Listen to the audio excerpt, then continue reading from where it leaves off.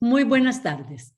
De nuevo con ustedes, un miércoles más de alto voltaje, Mimi Prado y en la compañía de Gonzalo Ramírez Galler, un invitado frecuente en nuestro programa. Y hoy con un tema realmente preocupante, no solo para el mundo, sino también, por supuesto, para nuestro pequeño país. Ya Naciones Unidas, con Antonio Guterres, había hablado de la escasez alimentaria que iba a haber en el mundo, esto antes de la guerra en Ucrania, pero la guerra en Ucrania, el cambio climático y la crisis energética hacen la tormenta perfecta. Y ya vemos en el Economist que alarma con la catástrofe alimentaria que se avecina, y la llama así, literalmente, catástrofe. Un mundo frágil, dice The Economist, se inclina hacia el hambre masiva. Con esto tan tremendo, Chalo, porque de verdad, o sea, pocas veces en las últimas décadas ha recibido unas noticias tan tremendas como estas. El programa es eso, que nos puedas ubicar en qué está pasando en el mundo, qué podemos esperar en el mundo y qué va a reflejarse en nuestro país. Muchas gracias, Mimi. Encantado realmente de estar con ustedes aquí. Siempre es un gusto, un honor particular. Y no dije desde Sarapiquí esta vez. Desde Sarapiquí. Es decir, desde una región agropecuaria, valga la coincidencia, ¿verdad? Efectivamente, yo pienso que en nuestras vidas, doña Mimi, es decir, quiere decir esto, en las últimas muchas décadas, desde el final de la Segunda Guerra Mundial, probablemente no hay una crisis tan compleja como esta, ¿verdad? Claro que en los años 70, sobre todo, hubo un momento de crisis muy agudo, ¿verdad? Que era una composición de inflación por una enorme emisión de dólares provocada sobre todo por la guerra de Vietnam, más las consecuencias mismas de la guerra de Vietnam, que fue una guerra importante, enorme, delicada, más el alza en los precios del petróleo, causada en primer lugar por la situación más o menos bélica permanente del cercano Oriente, ¿verdad? Y en los años 70 hubo un desarreglo similar, digamos, en el sentido de que el dólar abandonó el patrón oro o, digamos, su obligación de responder en oro por el valor de su moneda. El petróleo subió de $3 el barril a 12, 13 dólares, es decir, aumentó 4 veces su valor, eventualmente llegaría a $30, tasas de inflación elevadísimas en los Estados Unidos y se vivió una crisis, digamos, parecida en magnitud y profundidad.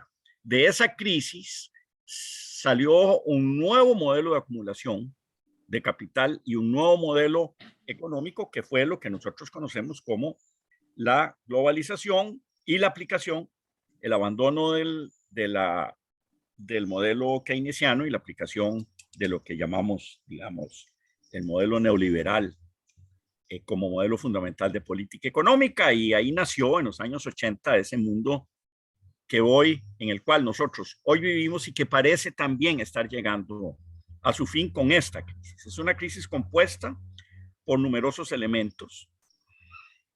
En primer lugar, nosotros tenemos como trasfondo la crisis del 2008, pero como trasfondo aún más profundo y más amplio tenemos la crisis climática, la terrible, digamos, consecuencias de los procesos de calentamiento global del planeta por razones que todos conocemos y que no es del caso traer aquí a colación. Ahí está ese gran telón de fondo, que es el proceso de calentamiento global, con implicaciones que eso tiene en desastres naturales y en temperaturas extremas de frío y de calor que han alterado efectivamente la producción agrícola en muchos países del mundo. Con este gran y profundo telón de fondo, bueno, sobreviene la crisis del 2008, una crisis básicamente financiera, la crisis de las hipotecas, de los subprimes, ¿verdad? Una crisis muy intensa, muy profunda, que causa en algunos países consecuencias espantosas, como el caso de Grecia, por ejemplo, y en general los países del Mediterráneo, Portugal, sufrieron muy intensamente esa crisis. En Latinoamérica no la sufrimos con la misma intensidad, en la medida que Latinoamérica siguió produciendo y exportando commodities, productos primarios al mercado chino mucho, ¿verdad? Con China libre de esa crisis y experimentando tasas de crecimiento muy aceleradas, 2008, 2009, 2010. Los Estados Unidos y Europa empiezan a recuperarse más o menos por ahí del 2013, ¿verdad? Pero nunca se logra una recuperación completa. Y en el caso de Costa Rica, pese a que se hicieron esfuerzos muy importantes de carácter macroeconómico que algunos critican hoy día, como estrategias, digamos, de empleo en el sector público, que algunos critican hoy día como causantes de buena parte de los desequilibrios que hoy tenemos. Bueno, lo cierto es que nosotros logramos sortear la crisis, pero nunca logramos recuperar nosotros, Costa Rica, niveles de empleo similares a los anteriores al 2008, ¿verdad? Sino que nos quedamos con un desempleo alrededor del 10%, 9, 9,5, 10, 11%, alto en relación a el resto, digamos, de la serie histórica si miramos hacia atrás esas cifras. Alto, es decir, 2, 3,5, 4 puntos por encima de lo que históricamente habíamos tenido. Estábamos recién empezando a salir vigorosamente de esa situación, es decir, estaba realmente iniciando un proceso de crecimiento económico muy potente, sobre todo en Estados Unidos, con menos potencia en Europa, y el desempleo prácticamente desapareciendo en los Estados Unidos y bajando mucho en Europa, con lo cual obviamente nosotros también íbamos a ver nuestra tasa de desempleo bajar y nuestra tasa de crecimiento subir, cuando irrumpió el COVID-19, ¿verdad? Y eso fue un game changer, como dicen en inglés, pero absoluto. Es decir, creo que ahí sí nunca en nuestra historia de vida, después de la Segunda Guerra Mundial, aún tomando en cuenta la crisis de los años 70, nunca habíamos visto una disrupción tan potente de la economía mundial como la que causó el COVID. ¿Por qué? Los gobiernos se vieron obligados y las poblaciones se vieron obligadas a tomar medidas preventivas que básicamente consistían en quedarse en la casa, ¿verdad? Es decir, el consumo se redujo en tasas de 25, 20, 25, 15%, lo cual es un golpe brutal para la economía. Provocó el cierre de pequeñas y medianas empresas y posteriormente provocó el cierre también de empresas grandes, lo cual arrojó, digamos, situaciones de desempleo muy importantes, particularmente, por ejemplo, en el caso de nuestro país, ¿verdad? Donde llegamos a tener tasas de desempleo del 25%, una cosa... Una locura. Realmente terrible, ¿verdad? Muy bien, los gobiernos reaccionaron, aquí empezamos a entrar en la presente crisis. Los gobiernos del mundo reaccionaron, obviamente, primero con medidas de política monetaria agresivas, es decir, reducción de las tasas de interés y creación de facilidades nunca vistas en mi vida, por lo menos crediticias, ¿verdad? En las que en algunos países desarrollados las tasas de interés eran prácticamente cero. Y aún en algunas había premios, digamos, por endeudarse, ¿verdad? Y a las políticas monetarias muy agresivas de aumento de la posibilidad crediticia, de aumento de la oferta de dinero, de disminución de las tasas de interés, de disminución de los encajes bancarios, ¿verdad? Se agregó políticas propiamente de gasto de gobierno también muy agresivas, ¿verdad? Y los gobiernos empezaron a incrementar sus gastos ahí donde podían hacerlo y donde debían hacerlo. es decir, donde debían hacer lo que era el gasto en salud y a donde podían hacer lo que era en cualquier forma que el gobierno tuviese de dar subvenciones, cheques, bonos, lo que fuese, con tal de poner dinero, digámoslo de esa manera, en los bolsillos del consumidor para impedir que el consumo colapsara totalmente, para impedir que la recesión causada por la pandemia se convirtiese en una depresión de consecuencias relativamente irreversibles, por lo menos en el mediano plazo, porque se iba a destruir, digamos, grandes porciones del aparato productivo de los países. Esa masa de dinero que se le inyectó a la economía iba a causar presiones inflacionarias y se sabía que iba a suceder. Lo que pasa es que se suponía que la reacción, que el rebote iba a ser tan fuerte una vez que cesara la pandemia, ¿verdad?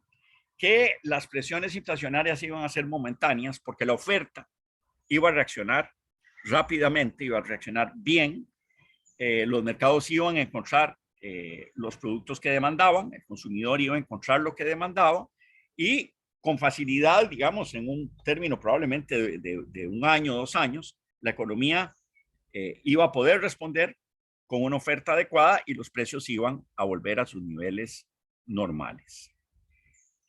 Esto, digamos, era la esperanza de todo el mundo y en todo caso no había otra cosa más que jugársela por el lado de la super ampliación de la oferta monetaria y de la baja de las tasas de interés, porque pues no íbamos a dejar que el mundo cayera en una depresión de consecuencias imprevisibles.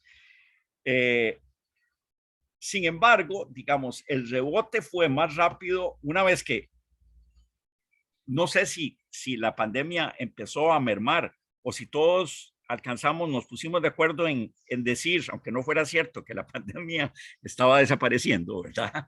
Porque no estoy muy convencido, ¿verdad? Pero en todo caso, una vez que se pensó que era posible relanzar los niveles de consumo, de actividad económica, que la gente pudiera salir a la calle, etcétera, etcétera, sin peligro, el rebote económico fue realmente muy, muy potente. Y el rebote de la demanda fue, digamos, violento, ¿verdad? Y la capacidad de la economía para responder resultó que no era tan flexible como se había pensado inicialmente, por razones casi de sentido común, es decir, porque no es fácil volver a, por ejemplo, poner a producir una fábrica una vez que usted la tuvo detenida por 2 años. No es fácil volver a abrir un negocio, ni siquiera es fácil volver a abrir una pequeña o mediana empresa, ¿verdad? ¿Por qué? Porque ya el personal no está disponible, porque no se le dio mantenimiento a las máquinas, porque no se le dio mantenimiento a las instalaciones físicas, porque hay que cambiar una parte del techo porque se llenó de goteras, porque la malla de seguridad está en el suelo, porque 1000 razones, ¿verdad? Y el primer lugar donde se experimentaron esas inflexibilidades de oferta fue en todo el tema, digamos, de infraestructura y transportes. Puede haber algo también de que las economías están mucho más entrelazadas ahora que nunca y una fábrica no solo produce en su país, sino todos los insumos los recibe de países incluso lejanos. Y si necesitas insumos de China y China tiene los puertos abarrotados, ¿verdad? Que fue otra consecuencia del COVID, y sí, no te llegan los insumos para producir con la velocidad. Exactamente, exactamente. La falta de flexibilidad de la infraestructura mundial y de los transportes mundiales, ¿verdad? Es decir, que no habían barcos disponibles, que no habían containers disponibles, que no habían camiones disponibles, que no había choferes. Chocó un container en el canal de Suez. En el canal de Suez y ¿verdad? Y provocó ahí, ¿verdad? Todo ese caos de que súbitamente, en el término de semanas, ¿verdad? La demanda de bienes y servicios rebotó brutalmente. Ese shock, digamos, provocó efectivamente que hubiera problemas de desabastecimiento en términos reales, ¿verdad? Los barcos, los puertos completamente paralizados por saturación, es decir, colapsando, los ferrocarriles colapsando, ¿verdad? Y el otro, digamos, rebote que tuvo un efecto inmediato sobre el alza de los precios y que este tiene una gran capacidad también, no solo disruptiva, sino sobre todo de causar una alza general en los precios, fue en la energía, es decir, en el petróleo, ¿verdad? Entonces, una gran disponibilidad de dinero, una gran disponibilidad de crédito, una gran disposición al consumo al salir de la pandemia y una gran dificultad de la economía por suplir adecuadamente, ¿verdad? Por ofertar adecuadamente lo que se estaba demandando, porque los puertos, las carreteras y los ferrocarriles están paralizados y rápidamente a eso le agregamos un incremento en los precios del petróleo y del Y gas. además, un dato que es menor, pero que refleja mucho lo que está pasando en el ser humano contemporáneo.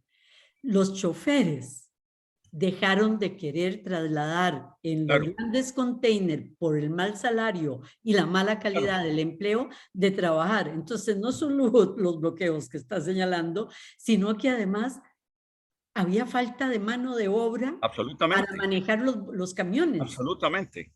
O sea, Con fenómenos muy interesantes, doña sí, Mimi. Por claro. ejemplo, en Estados Unidos la gente descubrió o redescubrió que podían Calidad de trabajar empleo. desde el hogar, Sí. ¿verdad? Por el teletrabajo. Y la negativa de sectores enteros, ramas enteras de la economía, por ejemplo, de servicios, de volver a la oficina, ¿verdad? Y la gente dijo, no, pues que yo no necesito ir a la oficina, es obvio, nosotros podemos seguir trabajando así. Y no tengo que sacrificarme, digamos, viajando 2 horas diarias en un tren abarrotado o en un bus abarrotado, no tengo que salir ya a las 5 de la mañana de mi casa. Eh, y la gente empezó a negarse a volver al trabajo, ¿verdad? Eso efectivamente un fenómeno importantísimo, ¿verdad? Y que va a cambiar la cultura y la Que va a cambiar la forma. cultura. En Costa Rica también se está viendo eso, porque por ejemplo este gobierno ordenó el retorno instantáneo de todo el mundo a las oficinas y las reacciones han sido, digamos, por supuesto, digamos, negativas. Pero lo que pasa es que Costa Rica es un país en ese sentido menos rebelde, ¿verdad? Y ahí la gente regresará, pero por ejemplo en Estados Unidos mucha gente simplemente se ha negado a volver a la oficina. Bueno, en eso estábamos y ya teníamos un problema serio para entrar al tema propiamente de alimentos, que estaba compuesto por lo menos de 3 factores importantes. Uno, a nivel de producción, agrícola o agropecuaria. 2 factores ahí. El primero, un problema serio de cambio climático que causó malas cosechas en muchos de los grandes productores, sobre todo del hemisferio norte, ¿verdad? Por temperaturas elevadísimas y veranos y primaveras y otoños muy calientes que arruinaron porcentajes muy grandes de las cosechas. Ese fenómeno se vio precisamente en Ucrania y en Rusia, se vio de una forma muy intensa Pero en en la India, Francia, en la India, en China. ¿verdad? En China, Brasil tuvo un problema muy serio de sequía, la sequía más grande en el Brasil, estamos hablando de los grandes, de los pesos pesados de la producción y exportación agropecuaria del mundo. Brasil tuvo la mayor sequía en muchas décadas, ¿verdad? Después de un invierno muy, muy crudo, ¿verdad?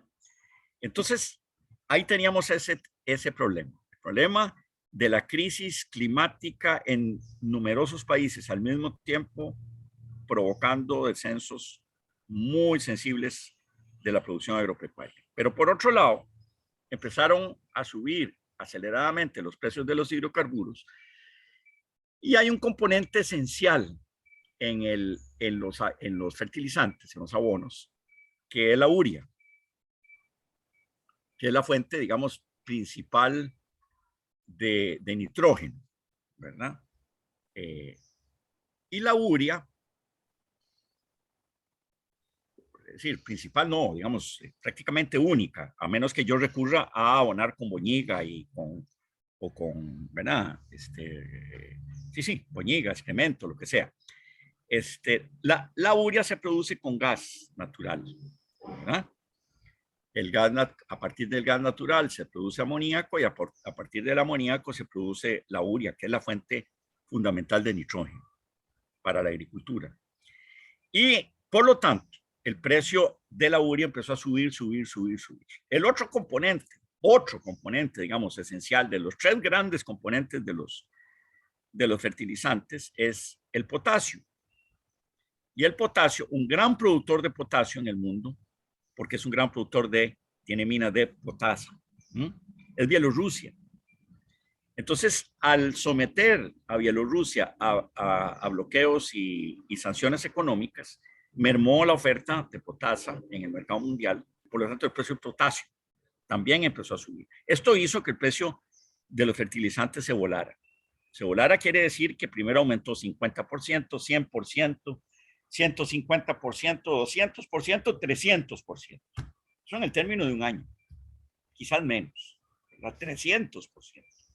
Entonces, la agricultura, digamos, moderna, la agricultura de gran productividad, de gran escala, ¿verdad? Es una gran consumidora de fertilizantes, gran consumidora de fertilizantes, y por lo tanto, al aumentar usted en 300% el precio de los fertilizantes, usted le estaba dando un golpe enorme a los precios de los productos agropecuarios. Pero, perdón, doña Mimi, una cosa más, un momentito. Además de fertilizantes que usted produce con hidrocarburos, la gran agricultura, la agricultura moderna, la agricultura productiva de alta productividad, consume una gran cantidad ella misma de diésel y de gasolina, porque toda está mecanizada. Y esa mecanización descansa sobre el consumo de hidrocarburos. Entonces, el aumento en los precios de hidrocarburos le dio un golpe, digamos, al alza muy fuerte a los grandes productos agrícolas. ¿Cuáles son los grandes productos agrícolas? Y ya le perdone, doña Mimi, disculpe. Es por el Estamos hablando de trigo, maíz, arroz, aceites, digamos, esos son. Sí, doña Mimi, disculpe. Que tenemos que ir a un corte, ¿verdad? Y me hacen siempre señas. Y regresamos en unos minutos con ustedes. Muy bien. En esa situación estábamos, doña Mimi, cuando estalló la guerra de Crimea, ¿verdad? Que, por cierto, sí, de Crimea la perdón, primera. sí, de Crimea. Ucrania, sí, pero... Sí, he estado leyendo de la guerra de Crimea del siglo XIX, que fue enorme y terrible, que pasó al mismo tiempo de nuestra guerra del 56, prácticamente. Y que nosotros ganamos la guerra del 56 gracias a la guerra de Crimea, porque hubo modernización de las armas y Juanito Mora compró lo último usado en Crimea. Los AK-47 de la época, y por eso ganamos, ¿verdad? Bueno, la guerra de Ucrania, que no, bueno, no estalló, eso es una forma de decirlo, ¿verdad? Porque estalló suena como que fue algo súbito e inesperado, pero 9 años. Se fue madurando por años, ¿verdad? Hasta que por fin el conflicto bélico se manifestó. Y claro que ahí sí nos metimos en problemas muy serios, porque ahí esto compuso la crisis y la potenció al cuadrado. La tormenta perfecta. La tormenta perfecta, porque entonces teníamos una crisis climática de fondo que afecta la producción agropecuaria. Teníamos una crisis de oferta por el bloqueo de los puertos, por el bloqueo de la infraestructura, por la incapacidad de las fábricas de reaccionar. Muy importante que no mencionamos la incapacidad, por falta de capacidad física, de las productoras de microchips para inteligencia artificial, que son muy pocas, hay como 5 productores en el mundo de ello. La incapacidad de ofertar los microchips, los circuitos necesarios para inteligencia artificial, que ahora eso quiere decir desde la producción de autos y electrodomésticos hasta la producción de naves espaciales, tienen esos circuitos. El problema de la presión inflacionaria, ¿verdad? Y de repente se nos viene una guerra encima. Por supuesto, presión inflacionaria y altos precios de los combustibles, de los hidrocarburos, y en ese momento estalla la guerra. El problema con esta guerra, aparte de su dimensión, digamos, humana y jurídica, que es terrible, ¿verdad? El problema particular y especial es que estamos hablando, tanto Rusia como Ucrania, estamos hablando de 2 grandes productores de alimentos. Y entonces esto vino a agregarle un factor de potenciación enorme. ¿Por qué? Porque Ucrania más Rusia son de lejos los principales productores de trigo en el mundo. Porque Ucrania es el principal productor de aceite de girasol y de semilla de girasol en el mundo. Porque Rusia es el principal productor o uno de los principales productores de níquel, que es un componente esencial para la producción industrial, porque Rusia es el principal supridor de hidrocarburos y de petróleo y de gas natural a Europa, ¿verdad? Entonces, fue una guerra en la que el segundo o tercer productor más grande del mundo de petróleo y exportador de petróleo y de gas, como bloque, los principales productores de trigo en el mundo, ellos dos sumados. Los principales productores de aceite en el mundo. 75%. 75% del aceite. Sí. Y los principales productores de algunos minerales estratégicos entran en guerra y además la reacción si de por sí la guerra causa parálisis, ¿verdad? Porque, por ejemplo, bueno, por razones obvias y porque además Rusia bloquea los puertos del Mar Negro de Ucrania, por donde sale el trigo y el aceite y la semilla de girasol de Ucrania. No solo trigo, cebada. Maíz también. Maíz, creo que es el cuarto productor, ellos dos juntos son como el cuarto productor mundial de maíz.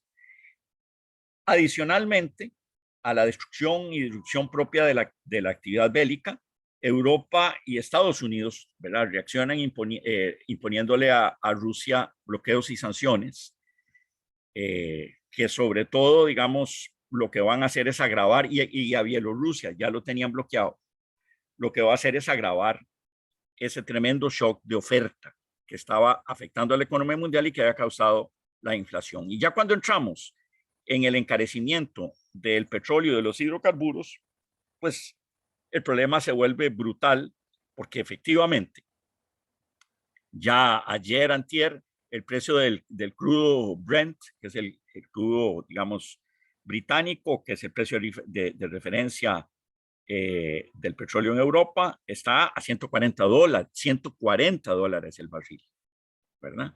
Cuando hace un par de semanas estaba a $105, $110 el barril, ¿verdad? Y cuando al inicio de esta crisis andaba alrededor de $50 el barril. Entonces, estamos hablando de un shock de grandes proporciones. Europa es completamente dependiente, esa es la verdad, del gas natural ruso para todo. Acordémonos que en Europa los hogares cocinan y se calientan en invierno con gas natural. Y hay un importante porcentaje de las plantas productoras de electricidad funcionan con petróleo o con gas natural, ¿verdad? De veras, agua caliente en los baños, todo eso. Sí, sí, claro. Todo eso, pues en países que tienen inviernos muy crudos. Entonces, ¿cuál es la reacción, digamos, de los mercados mundiales? Bueno, es una reacción, digamos, de pánico contenido, pero pánico, ¿verdad? En la India habíamos tenido sequías muy fuertes, sin precedentes, ¿verdad? Con temperaturas de 45 grados centígrados en el día. La India reacciona, la India es el segundo productor de trigo en el mundo, productor exportador. Bueno, la India cierra su exportación de trigo porque necesita garantizar la comida de los hindúes, ¿verdad? A las pocas semanas, 2 semanas después quizás, cierra la exportación de azúcar, porque la India es el mayor exportador de azúcar en el mundo, con Brasil por ahí. Cierra la exportación de azúcar porque necesita garantizarle el azúcar a su población. Entonces, si el principal productor de azúcar y de trigo cierra sus exportaciones, doña Mimi, imagínese usted de lo que estamos hablando. Y más o menos al mismo tiempo, el principal productor de aceite de palma africana, que es el aceite más consumido en el mundo, es decir, Indonesia, cierra también sus exportaciones. Pues entonces, Ucrania no puede exportar aceite de girasol y semilla de girasol. Indonesia cierra la exportación de aceite de palma para garantizarle a su población el consumo de aceite de palma. Bueno, imagínese usted el resultado de lo que estamos teniendo, ¿verdad? Pero es que además nos llega la noticia de que la semana pasada la India empieza a considerar cerrar la exportación de arroz. Y la India es el segundo productor exportador de arroz en el mundo después de China. Y Entonces, China claro, tuvo la peor cosecha, como lo habíamos dicho antes, en décadas. En décadas, por problemas climáticos. Ujú. Bueno, si la India cierra la exportación, nosotros no le compramos arroz a la India o solo cantidades muy pequeñas, eventualmente. Pero claro, con solo que salga el principal exportador de arroz del mundo, el precio del arroz en el mundo va a subir. Nosotros compramos el arroz sobre todo en Estados Unidos, un poco en Uruguay, un poco en Tailandia, pero eso va a provocar indudablemente un alza en los precios del arroz.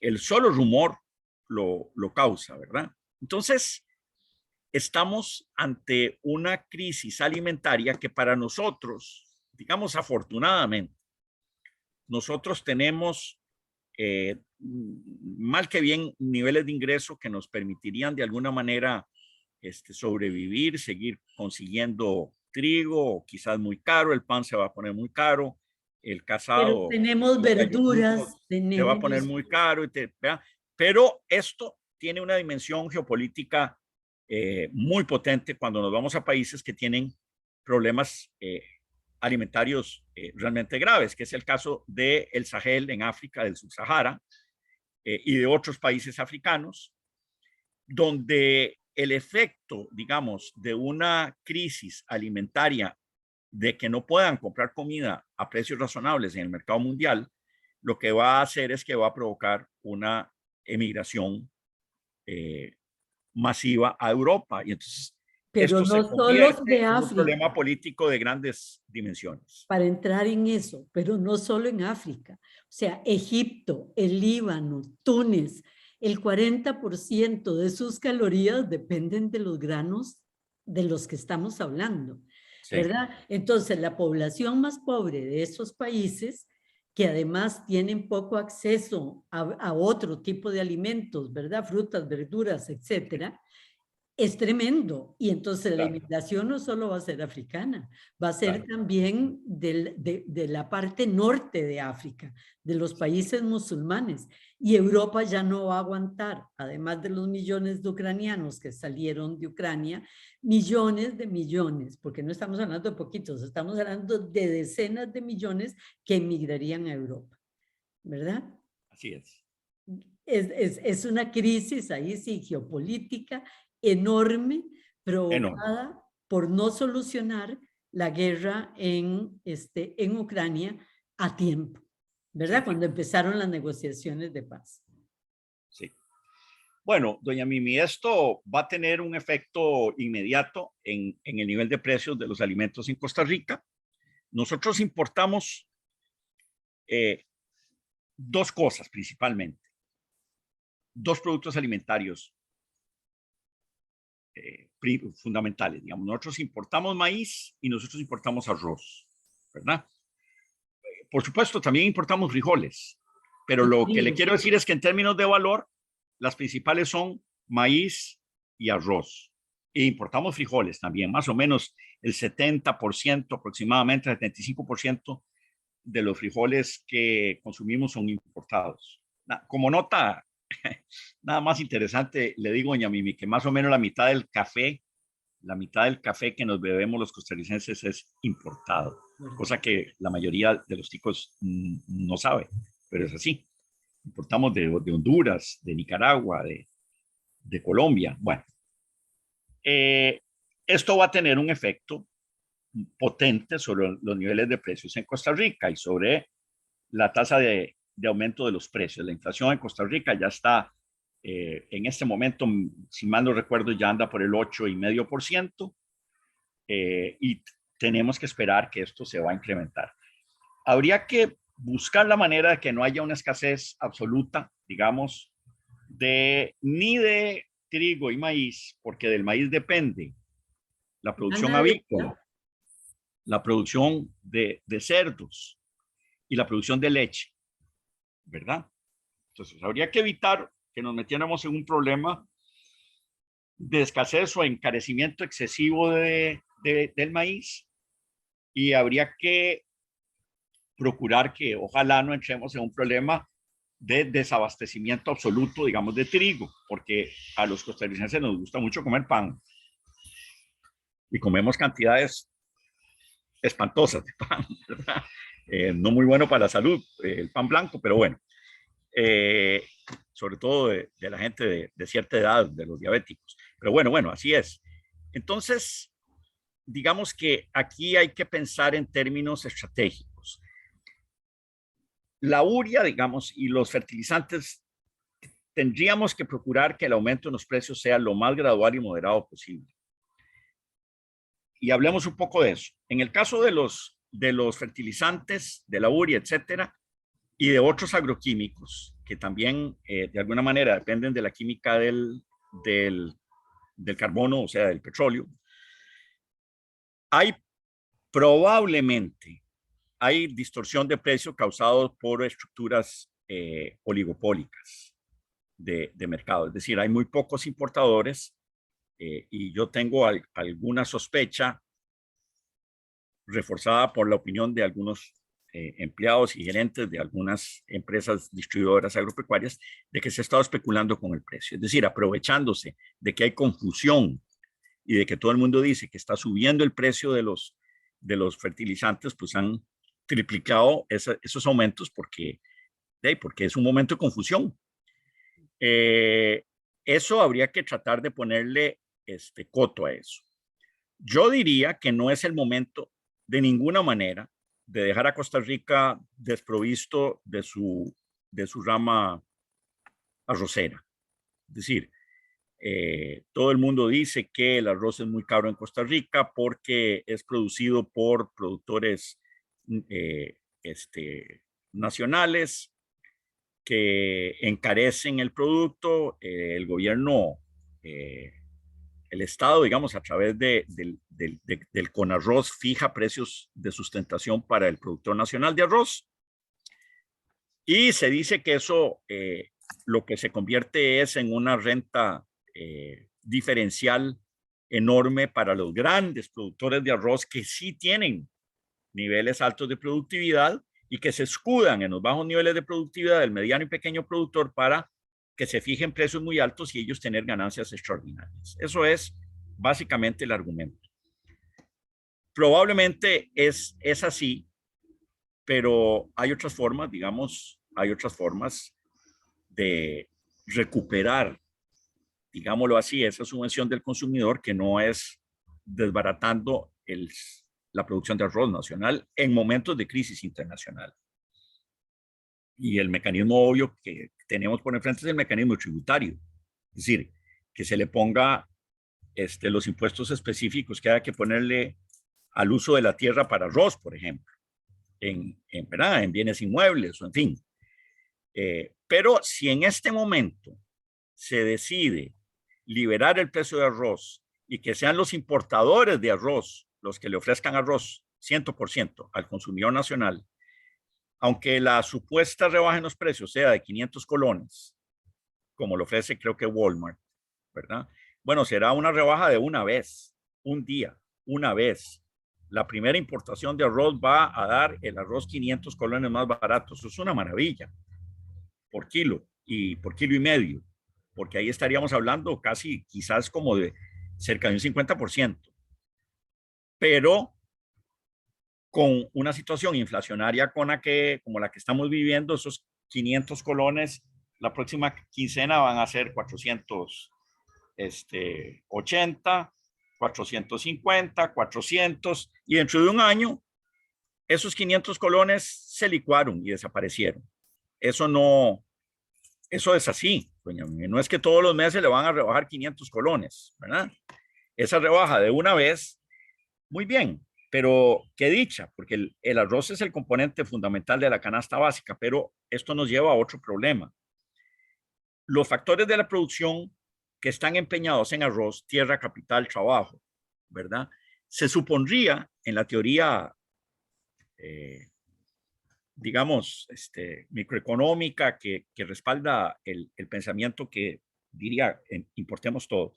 Se supone que se van a ir hacia la producción de productos en los que sí somos competitivos y que por lo tanto no va a haber desempleo de los factores. Que hay una perfecta movilidad de los factores de producción, tierra, capital, trabajo. Bueno, eso simplemente en la vida real no es cierto, ¿verdad? Habría que ver esas tierras guanacastecas en qué se pueden emplear. Habría que ver esa maquinaria específica de arroz a dónde se puede vender en el mercado, no sé, centroamericano. Y habría que ver esos trabajadores del arroz en qué se pueden emplear.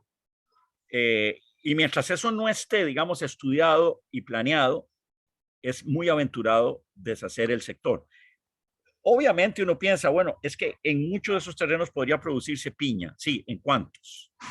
Exactamente en cuántos, ¿verdad? Bueno, eso nadie lo sabe, porque no es en todos. Hay terrenos de esos, por ejemplo, que son anegados, que son de altísima productividad de arroz, donde no se puede producir piña, porque la piña exige ciertas condiciones de secano. Los trabajadores especializados, ingenieros agrónomos especializados, más los suplidores especializados en agroquímicos para el arroz. Cada vez se produce más arroz orgánico en Costa Rica y eso se produce con ciertos productos de control de plagas que son naturales, que no son agroquímicos, ¿verdad? Y hay, digamos, suplidores especializados en productos para control de plagas, pero son productos orgánicos. Bueno, ¿qué se va a hacer con eso? ¿Verdad?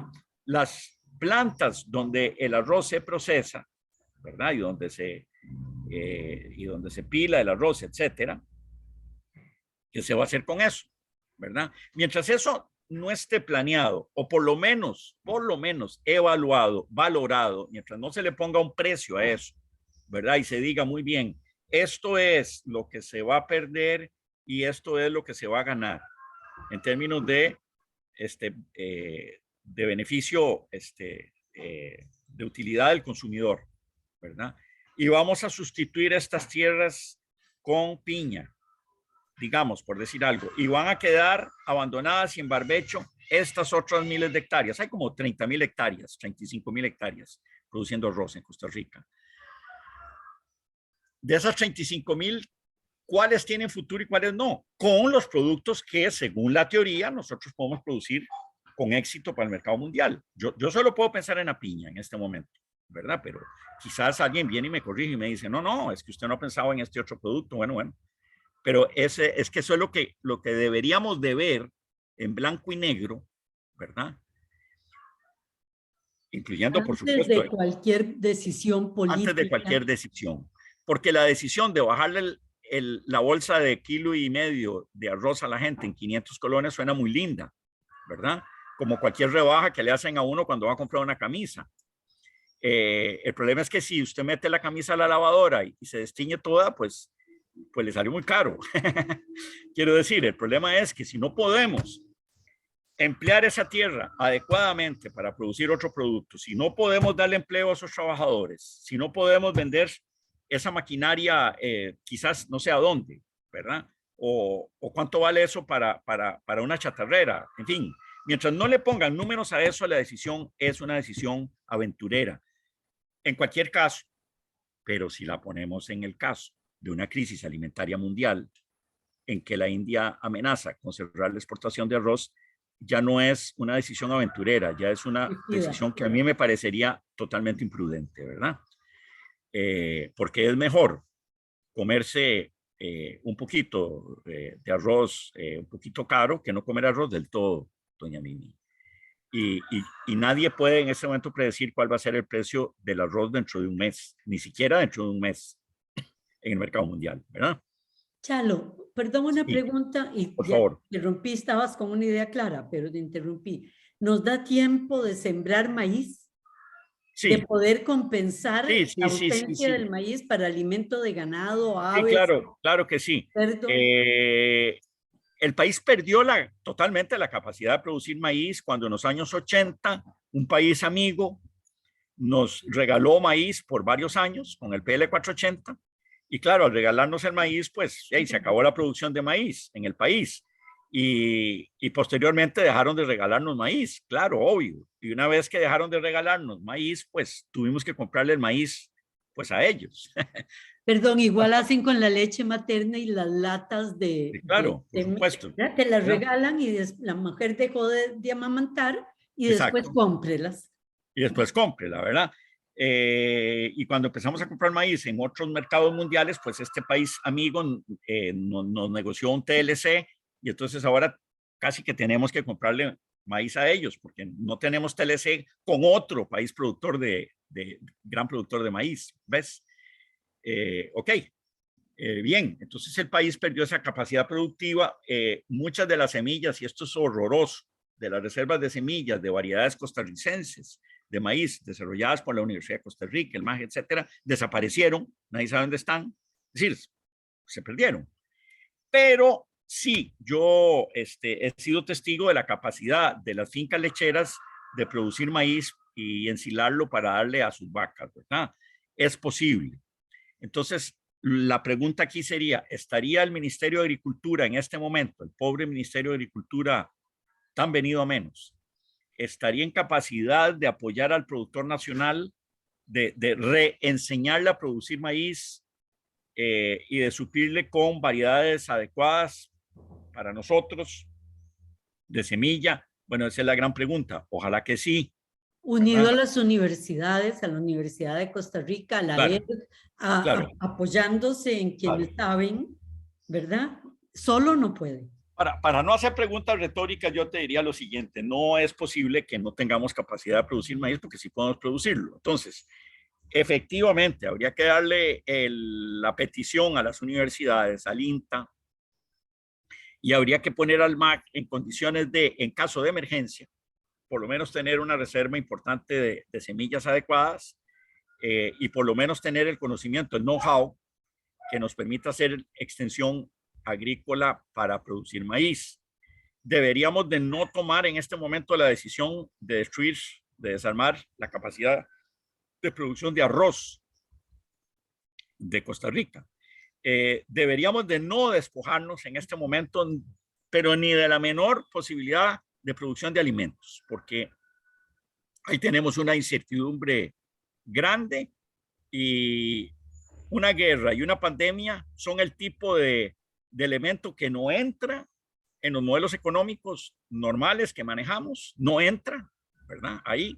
Y por lo tanto, cuando, digamos, nos planteamos el modelo de Olin y el modelo ricardiano de maximización de las utilidades sobre la vía de importar todo lo que no producimos adecuadamente y exportar todo lo que producimos eficientemente, bueno, ahí en ese modelo no hay pandemia ni hay guerra. Entonces, pero en la vida real hay pandemia y hay guerra, ¿verdad? Y por lo tanto sí deberíamos de ser muy prudentes en este momento en nuestra política agropecuaria. Más que prudente, deberíamos de ser proactivos y no esperar a una escasez absoluta para empezar a lamentarnos, digamos, o a ver gente enojada, muy enojada y quizás hasta exasperada porque tiene que hacer cola para, ya lo vivimos en los años 80, 70, 80, hacer cola para comprar granos básicos, por ejemplo. Chalo, se nos acabó el tiempo. Bueno, doña Lo que Mimi. estás de haciendo, yo solo le añadiría, se requiere, además de lo que señalaste, que es en la parte política, una información clara ya a toda la ciudadanía de lo que el país puede esperar y una búsqueda de solución y aporte por parte de los productores y un conocimiento de la ciudadanía para enfrentar una crisis de este nivel con conocimiento y no con desesperación. O sea, Así es, así es. Y un ejercicio que tiene que hacer mi de plan de prospectiva, que tome en cuenta todos estos factores desde el punto de vista del interés y de la seguridad alimentaria de los costarricenses, sin ahora duda sí. alguna. Muchas gracias, don Gonzalo Ramírez Galler, Con mucho gusto, doña y que Mimi. haya sido importante el programa para todos ustedes. Muy buenas tardes. Muy buenas tardes y muchas gracias y un saludo para todos.